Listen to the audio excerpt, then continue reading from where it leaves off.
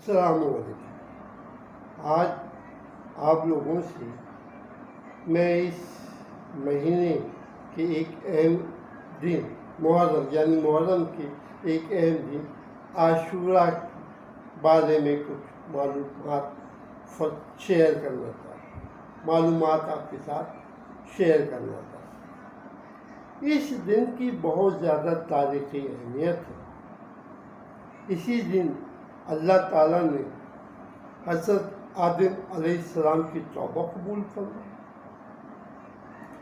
اسی دن حضرت یونس علیہ السلام کو مچھلی کے پیٹ سے نجات عطا فرمائی اور ان کے قوم کو عذاب سے بچایا۔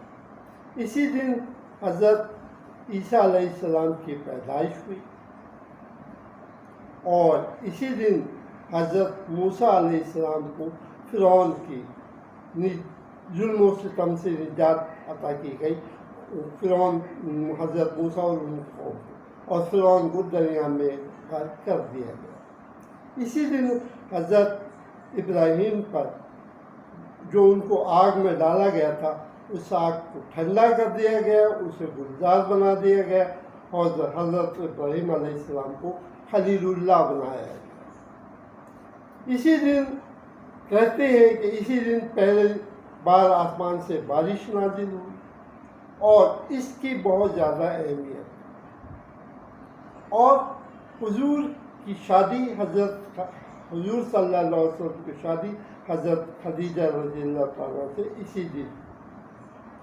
یہ تو پرانے واقعات تھے، لیکن حضور کی پیدائش کے بعد اس دن کا جو سب سے اہم واقعہ ہے وہ حضور کے بعد جو سب سے اہم واقعہ ہے وہ یہ ہے کہ اس دن ہمارے پیارے نبی حضرت محمد صلی اللہ علیہ وسلم کے پیارے نواسے حضرت امام حسین رضی اللہ تعالیٰ عنہ کو ان کے 72 صحابہ کے ساتھ بے دردی کے ساتھ کربلا میں شہید کر دیا گیا۔ یہ تو اس دن کی اہمیت ہے۔ اب ہم اس دن کو کس طرح منائیں؟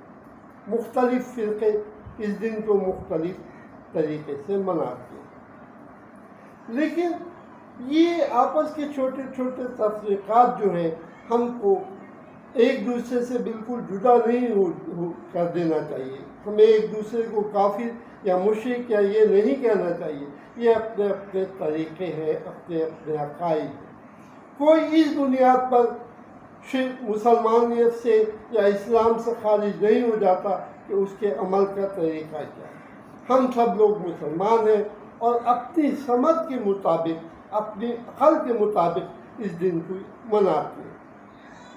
بہت سے مسلمان اس دن روزہ رکھتے ہیں کیونکہ حضور نے اس دن روزہ رکھا اور ان کے صحابہ نے اس دن روزہ رکھا۔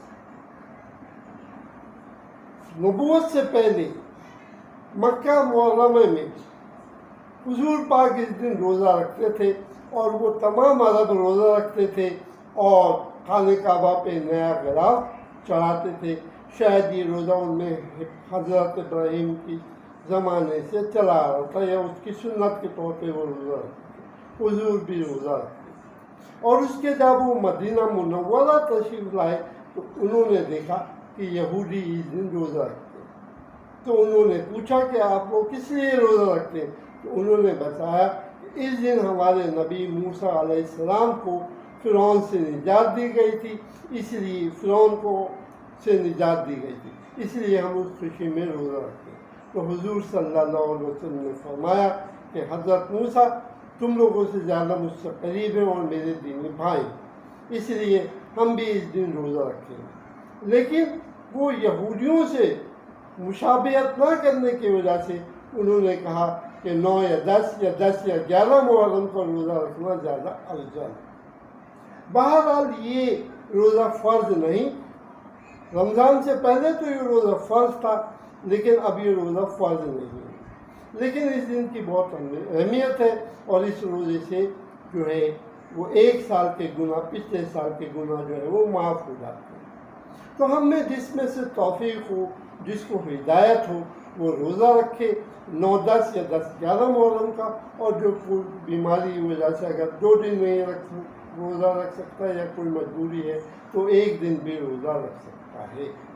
یہ روزہ ہم کسی ثواب کے لیے یا کسی شکرانے کے طور پہ نہیں رکھتے، بلکہ یہ تو ہم ثواب کے لیے رکھتے ہیں، کسی شکرانے کے طور پر یا کسی اور طور پہ نہیں رکھتے۔ اس دن کی بہت افضلیت ہے، نہ ہی یہ ہم کوئی منت کا روزہ ہے۔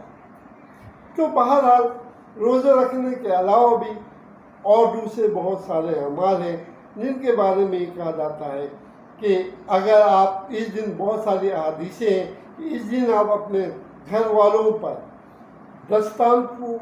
دسترخوان کو وسیع کریں، یعنی ان کو مختلف اچھے اچھے کھانے کھلائیں، مختلف چیزیں دیں، اور اس کے علاوہ یتیموں اور مساکینوں کو کھانا کھلائیں، اپنے رشتہ داروں سے ملیں اور دوسری عبادات میں اپنا وقت رکھیں، زیادہ سے زیادہ نماز پڑھیں، قرآن پڑھیں، اور حضور پاک کے نفحات سے حضرت امام حسین کے ایصال ثواب کے لیے زیادہ سے زیادہ قرآن اور نماز پڑھیں اور ان کو بخشیں، ہدیہ کریں۔ اس کے علاوہ اگر یہ ہم تمام اعمال نہیں کر سکتے تو پاکستان میں اور بہت سے ممالک میں اس دن چھٹی ہوتی ہے، تو کم از کم براہ کرم اگر آپ کچھ بھی نہیں کر سکتے تو اس دن خوشیاں تو نہ منائیں۔